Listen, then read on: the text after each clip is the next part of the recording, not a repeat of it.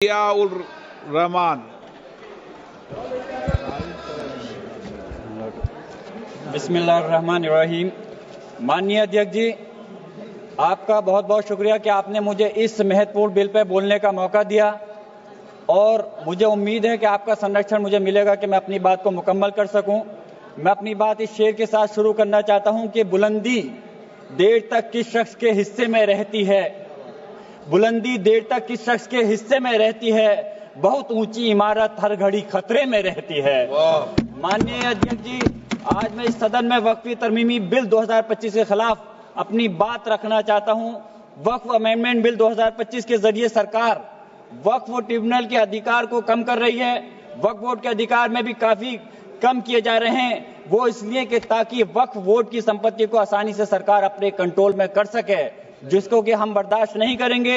माननीय अध्यक्ष जी, मैं आपके माध्यम से कहना चाहता हूं कि मैं और हमारे नेता माननीय राष्ट्रीय अध्यक्ष अखिलेश यादव जी सिर्फ इस बिल का इसलिए विरोध नहीं कर रहे कि इसको एनडीए सरकार लेकर के आई है। हम इस बिल को विरोध इस वजह से कर रहे हैं क्योंकि ये हमारे मुस्लिम समाज को तोड़ने का काम है, हमारे मुस्लिम समाज को कमजोर करने का काम है और इस देश के अंदर विकास में रोधा उत्पन्न करने का काम है।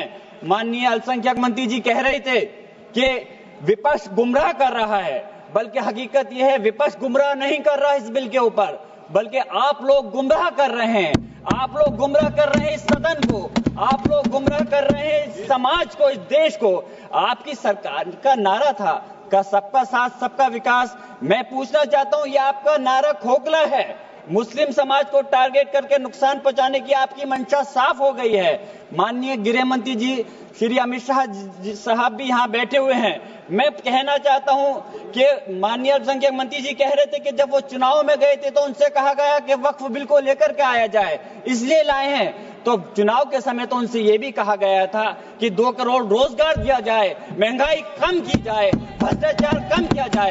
हमारे लोगों को उस चीज की जरूरत है, वो क्यों नहीं देते? मैं कहना चाहता हूं कि इस देश का मुसलमान दुश्मन नहीं है, इस देश का मुसलमान वफादार है, इस देश की तरक्की चाहता है, इस देश का विकास चाहता है। और हमारे बुजुर्गों ने लाखों की तादाद में इस देश को आजाद कराने के समय अपनी जान माल की कुर्बानियां देकर के साबित किया था।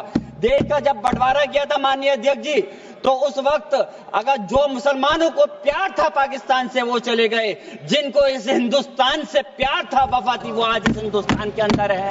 हम इस देश के दुश्मन नहीं, हम इस देश में नौकर भी नहीं हैं, हम इस देश के मालिक हैं और हम चाहते हैं कि सब लोग मिलकर के, सारे धर्मों के लोग मिलकर के इस देश की तरक्की की बात करें। मैं पूछना चाहता हूं कि मुस्लिम के 5 साल मुसलमान होने के बाद प्रॉपर्टी को वक्फ कर सकता है? कैसा मजाक है ये? किस प्रकार की बात है? महिला सम्मान की आप बात करते हैं। अरे महिला सम्मान के अंदर तो पहले ही 2 महिलाएं बोर्ड के अंदर रहती थी। आपने कौन सा नया तीर मार दिया कि कौन सी ज्यादा महिलाओं को आप अधिकार दे रहे हैं? मंत्री जी भी कह रहे थे कि तमिलनाडु और केरल के लोगों को कहना चाह रहे थे।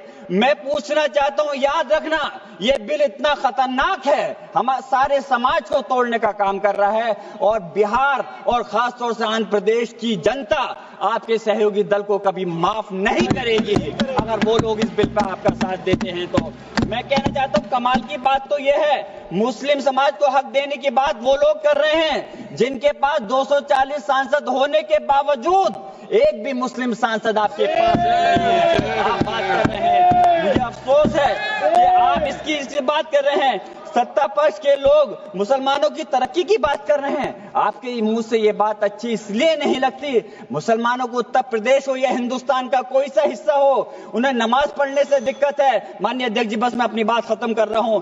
अजान से दिक्कत है, मदरसों से दिक्कत है, मुसलमानों के कारोबार से दिक्कत है, मुसलमानों की स्कॉलरशिप को बंद कर रहे हैं और उसके बाद वक्फ के माध्यम से मुसलमानों को हक दिलाने की आप बात कर रहे हैं। मेरा कहना है कि क्या देश में माननीय न्यायालयों के अंदर पहले से मुकदमों की कमी है जो नए इस बिल को लाकर के नए जन्मों को विवाद दिया जा रहा है?